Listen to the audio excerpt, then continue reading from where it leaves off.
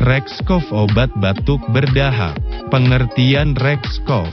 Rexcoff adalah obat yang digunakan untuk mengobati gangguan pada saluran pernafasan yang disebabkan oleh dahak mukus yang berlebihan.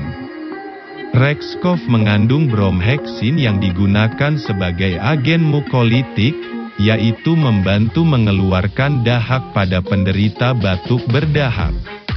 Rexcoff bekerja dengan menghambat kerja sel yang menghasilkan dahak atau mukus.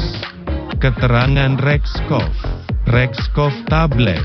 Golongan, obat bebas terbatas. Kelas terapi, obat batuk dan pilek. Kandungan, bromheksin HCl 8 mg.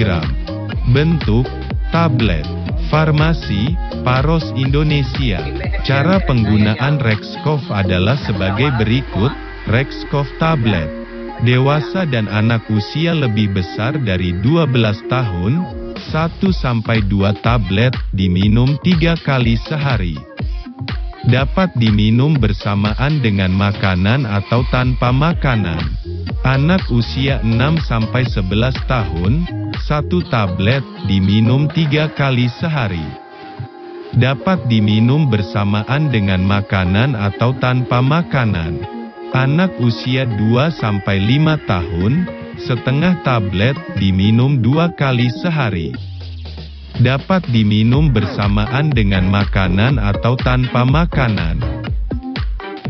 Cara penyimpanan: simpan pada suhu di bawah 25 derajat Celcius.